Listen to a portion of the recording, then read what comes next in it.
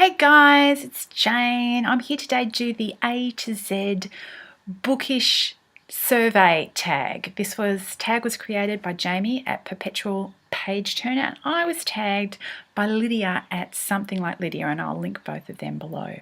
Let's bump on into it. A.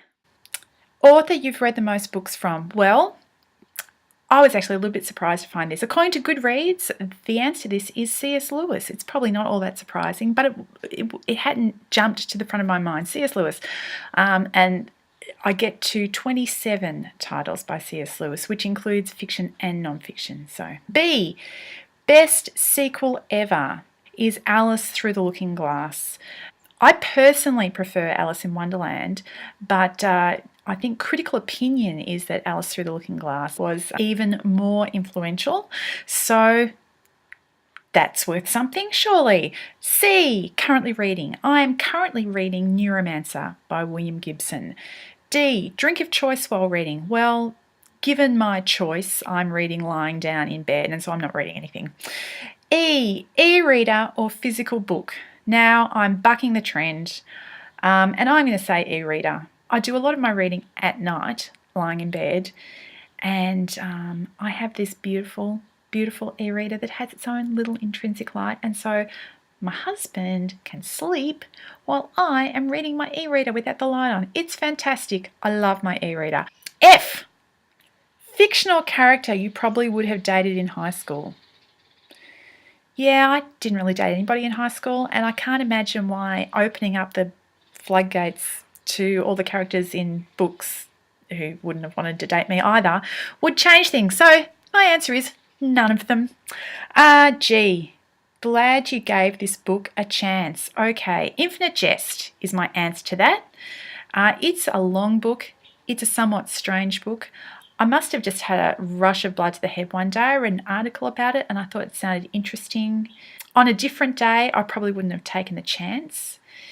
But actually, I really, really loved it. So there you go. Sometimes pushing the boundaries of what you read, it really works out in your favour. Sometimes not, but sometimes yes. So H, hidden gem book. I saw it recommended by what is her name? The English lass who talks a million miles an hour, Books and Pieces. What is her name? Oh, I can't remember. She did a video a number of months back where she actually did a list of non-SFF recommendations, because she reads a huge amount of science fiction, but she did a list of some of her favourite non-SF books, and one of them was Miss Pettigrew Lives for a Day, which I'd never heard of before this, but I read it and it's beautiful. It's just a lovely story. Yeah, it's set in post-war or between the wars London. The central character is a single woman of a certain age who is really just scraping by, working as a governess, and she loses her position, and then she basically bluffs her way into a job as a companion to this starlet. And the whole course of the novel takes place during one day.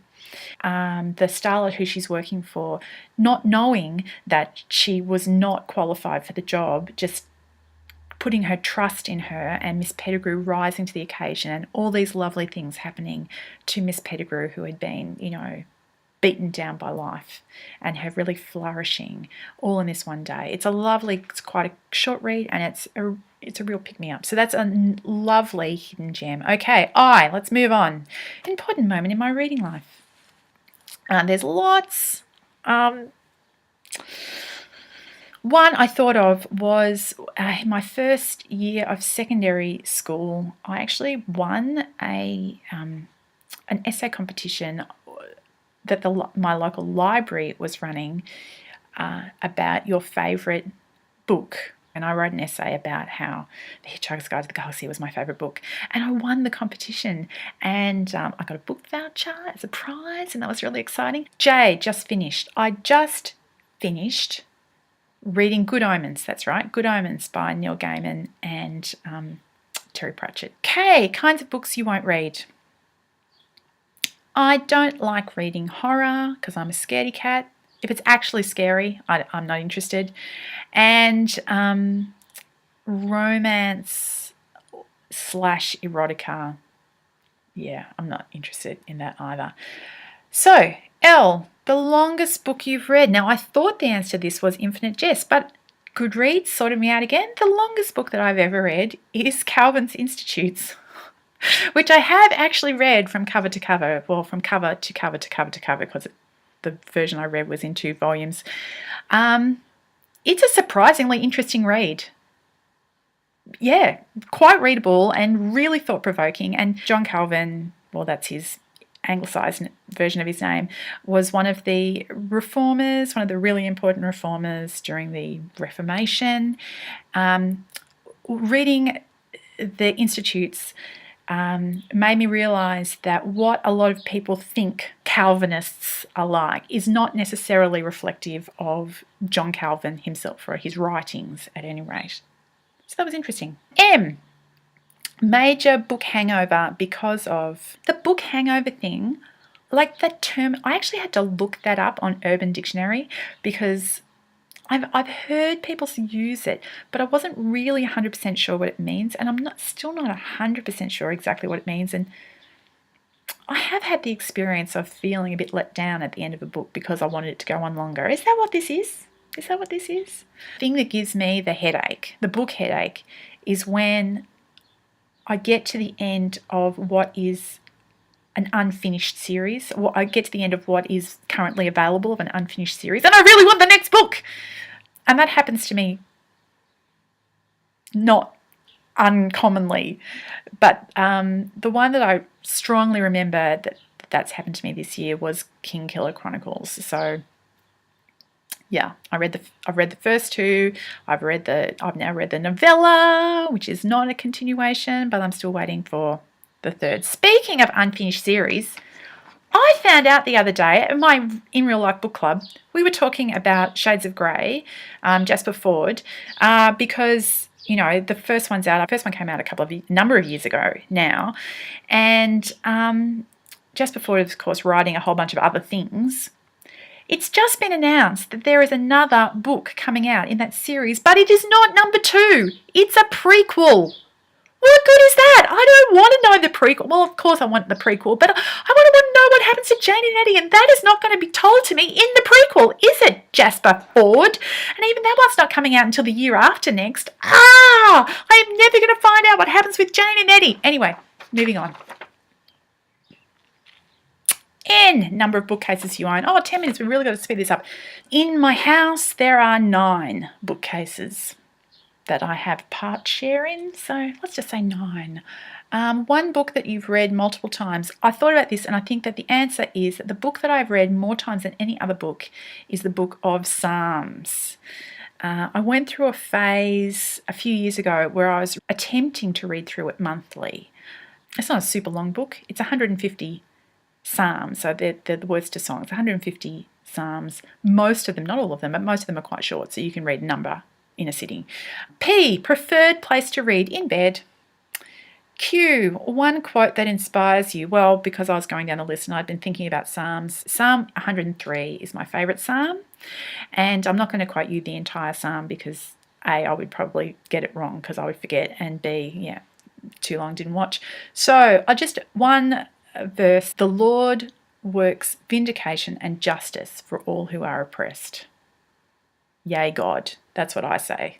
R, reading regret: Megan Abbott, Dare Me.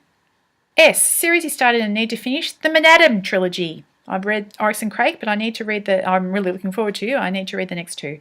T, 3 all-time favourites.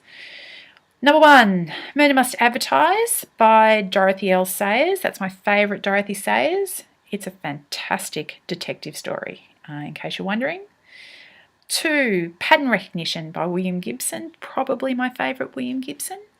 And 3, Ream Deep by Neil Stephenson, my favourite Neil Stephenson presently, and my favourite book presently. So that's 1, 2, 3. U, unapologetic fangirl for: I'm an unapologetic Stephenson fan. Neil Stephenson can't do any wrong as far as I'm concerned, right up until the moment when he does. But yay, Neil Stephenson.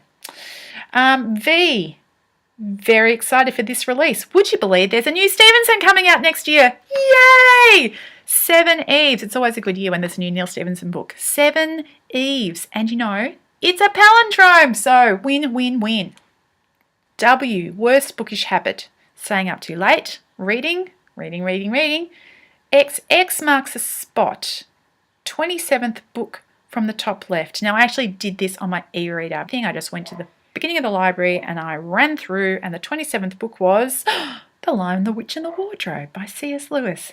How nice is that? Why? My latest book purchase. The latest book that I bought was Cavalier and Clay by Michael Chabon. I didn't actually own a copy of this. I originally read it from the library and I'm going to reread it as part of my rereading program. So I bought that one just the other day. Z.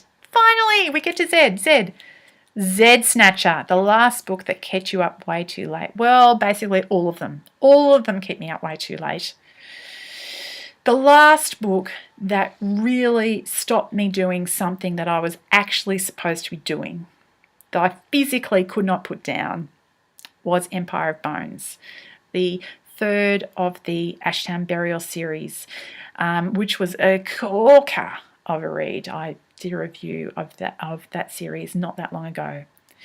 That is the end. That is A to Z. We're not going to move on to Alpha through Omega, so we're just going to stop right there.